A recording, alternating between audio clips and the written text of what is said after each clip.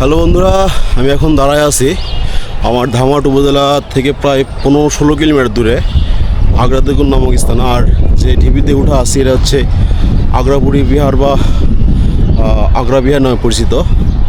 ধারণা করা যায় যে এটা পাল বংশের সময় নির্মিত এই ঢিবিটি। পাল বংশের আমলে এই অঞ্চলে একটি বিহার ছিল। সেই বিহারের স্থাপনাগুলো আজ ধ্বংসের দিকে। তো আপনাদের একটু বিহারটি ঘুরে ঘুরে দেখাবো এবং এই বিহারের পাশে একটি বড় শিমুল গাছ রয়েছে, আপনাদের একটু ঘুরে ঘুরে দেখায় আসেন। একদম এই বিহারে উঠলে আপনি একদম পুরো বাজারটি ভালো করে দেখতে পাবেন যে বিহারটি কতটা উঁচু। আমার পিছনে দেখুন যে পুরো আগ্রাদেগুনের যে বাজারটা, আপনাদের একটু ঘুরে ঘুরে দেখায়। আর এটি আবার বলি যে এটি পাল বংশের সময় নির্মিত এই অগ্রপুরী বিহারটি। এটি আমাদের ধামাট উপজেলার অন্যতম একটি প্রাচীন নিদর্শন।